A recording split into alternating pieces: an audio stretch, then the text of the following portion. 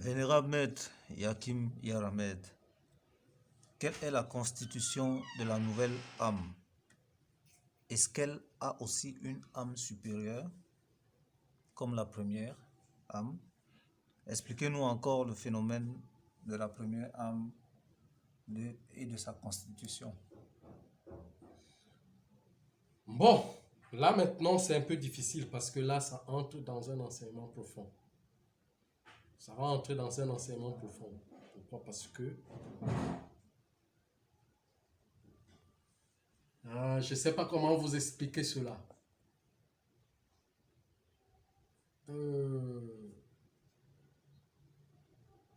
Quand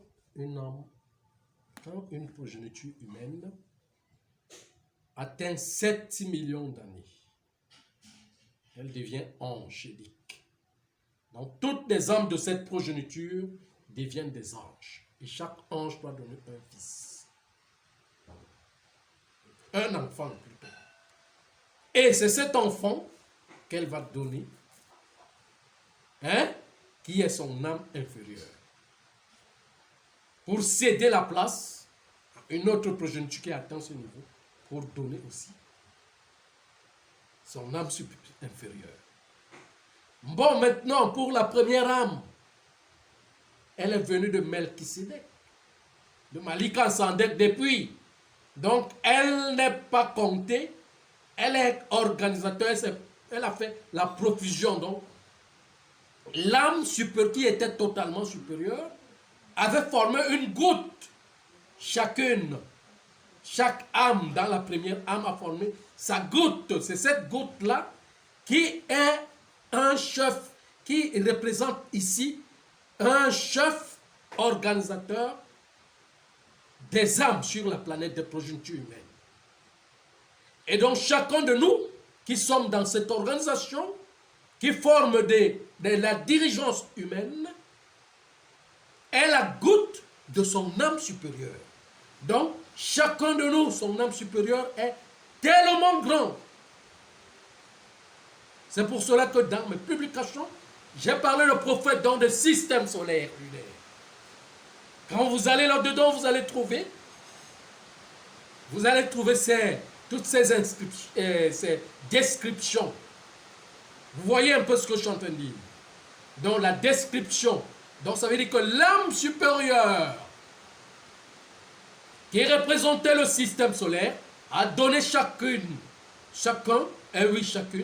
une goutte d'élect qui représente un humain sur terre qui doit diriger, qui doit, contribuer dans la dirigeance humaine. C'est différent. Il faut que les nouvelles âmes, elles, atteignent 7 millions d'années pour que les premières âmes n'accouchent plus. Cessent d'accoucher. Et maintenant, les fils de l'humanité commencent à accoucher.